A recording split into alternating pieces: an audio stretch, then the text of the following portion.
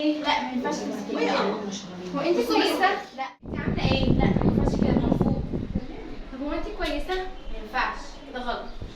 طب ماما وبابا عاملين ايه؟ ما ينفعش تقربي مني كده غلط او مش مقبول. طب دلوقتي يا جماعه نستفاد من قصه ميس زهره ايه؟ ان احنا ما ينفعش حد يمسكنا من مناطق خاصه بجسمنا ده ملكنا، مش اي حد يجي يسلم علينا من اي منطقه في جسمنا ان احنا نتقبل الموضوع عادي. لا، احنا مسموح لنا نسلم بايدينا او حد يعمل لنا كده ازيك عامل ايه بس، انما ان حد يمسك جسمه يقول ازيك انت كويس، او ان حد يمسك عندنا المنطقه دي او المنطقه دي او من ورا من هنا، او ان هو يبوسنا او يسلم علينا من بقنا، لا غلط غلط جدا، لان جسمنا ده من كده ما ينفعش نتصرف في اي تصرف غير بالحاجه المسموح بها. في تصرفات شويه حاجات ينفع نعملها وفي حاجات تانية ما ينفعش نعملها.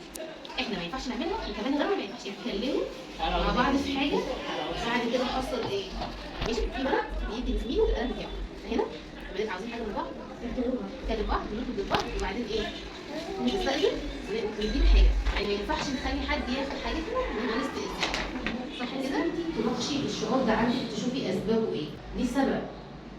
هل خايفه عندي مشكله في الهجر او عندي مشكله في الامان؟ انا قلت الطفل لحد 6 شهور محتاج يحس بالامان.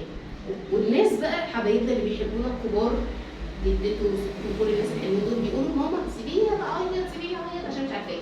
فهل ده حصل معايا؟ طب لو ده حصل مع الطفل لحد 6 شهور هيفضل متاثر بيه عنده 20 30 هيفضل طول حياته عايش بعدم احساسه الشعور بالامان. عنده مشكله في ماما بتقول لي طب انا خايفه عليه، طب ماشي انزلي وديها، بس ايه؟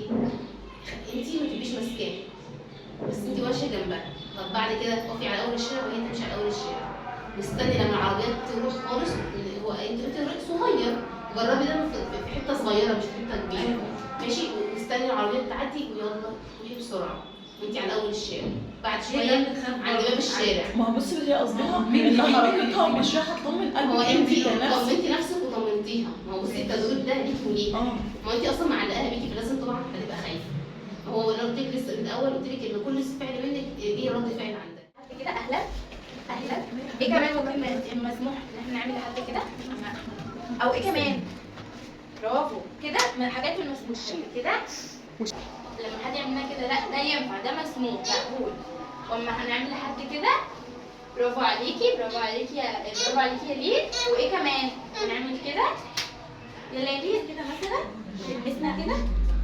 لا اما حد يقول لنا كده اقعد مكانك ده كويس بس كده. لكن لو الميس قالت محدش رايح علينا محدش يعمل لنا كده ده غلط. لكن الصح احنا نعمل كده. يعني ممكن اقول لك برافو عليكي يا فريده او اقول لعبده برافو عليك، يبقى ده صح.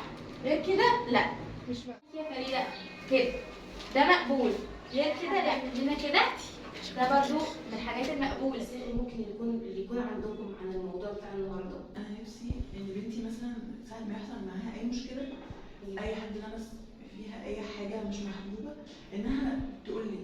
حاليا انا بشوف فيديوهات كتير ان معظم الاطفال بتعرف بيحصل لها كده وبتخاف تقول للام او الاب، وبيحصل لها بقى مثلا اضطراب في شخصيتها. في حاجه مهمه قوي انا عايزه اقولها، هي وضحتها لنا في كلامها.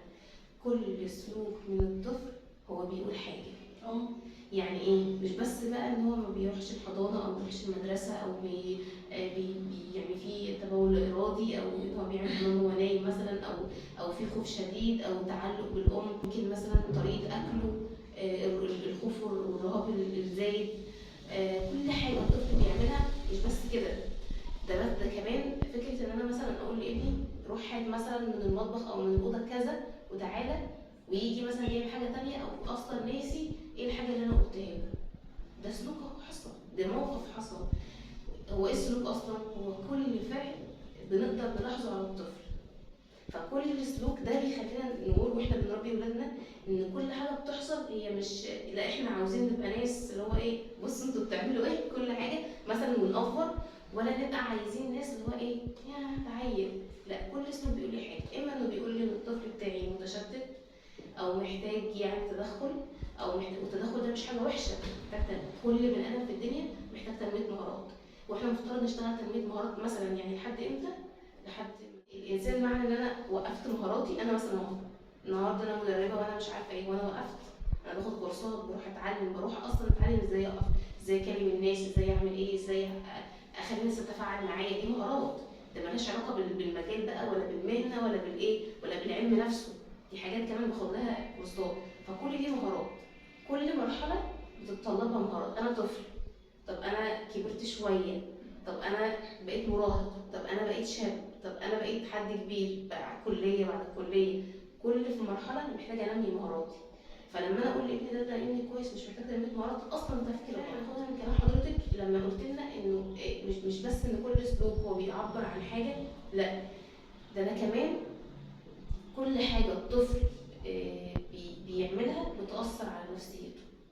ده انا كمان مش بس عايزه اعلم ابني فكره التحرش وحاجه يمسكك من مكان مش مقبول او بيمسكك ماسكه غلط، انا اصلا بعرف ابني هي ايه مشكلتها دلوقتي بنوتتها، ان هي مش عارفه تعبر عن مشاعرها او مش عارفه تقول او تشارك ماما ايه اللي بيحصل.